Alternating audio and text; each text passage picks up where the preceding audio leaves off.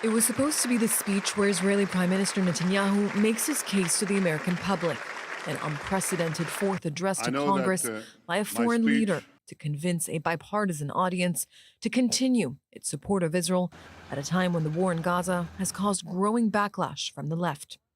The premier insisted on flying to Washington despite anger from the hostage families that now is not the time, as negotiators say a hostage release deal is within reach.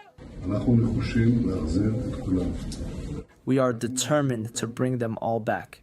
The conditions to bring them back are ripening for the simple reason that we are putting very, very strong pressure on Hamas, and we are seeing a certain change. And I think this change will grow, and we intend to do it. This is a war goal. This is an important visit that will give us an opportunity to bring to the representatives of the American people as well as the American people the importance of their support in the efforts we are making, together with them, to bring about the release of all the hostages, both the living and the dead. The whole world had its eyes on Netanyahu. What will he say? Will he announce a ceasefire hostage deal? But then came Biden's shock announcement. He's dropping out of the presidential race, pulling the rug from underneath Netanyahu and removing all momentum ahead of his trip to the U.S. His visit was immediately relegated to an afterthought after weeks and months of buildup. Netanyahu is now forced to reevaluate his political game as he lands in Washington. The pressure is on as he prepares to take the podium on Wednesday. The hostage families are pushing to secure a deal to release their loved ones, meeting with Netanyahu in Washington and U.S. National Security Advisor Jake Sullivan at the White House on Monday. The time is now. There is no more time for delays. There's no more time for positioning, for jockeying.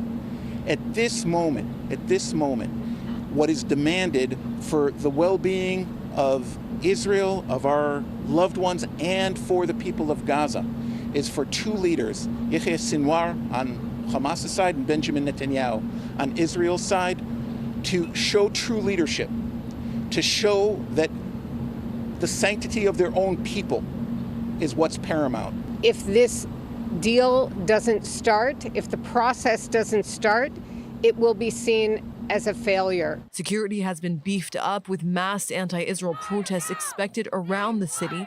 Prominent Democrats are already saying they will boycott the speech, and some progressives think the Squad are rumored to be planning protests from the floor.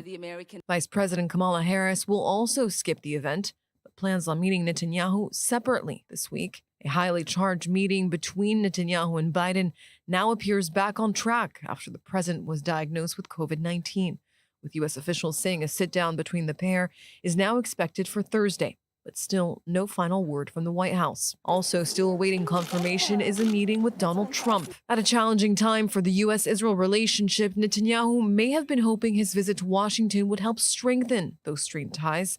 But America's attention is elsewhere this week, the November elections.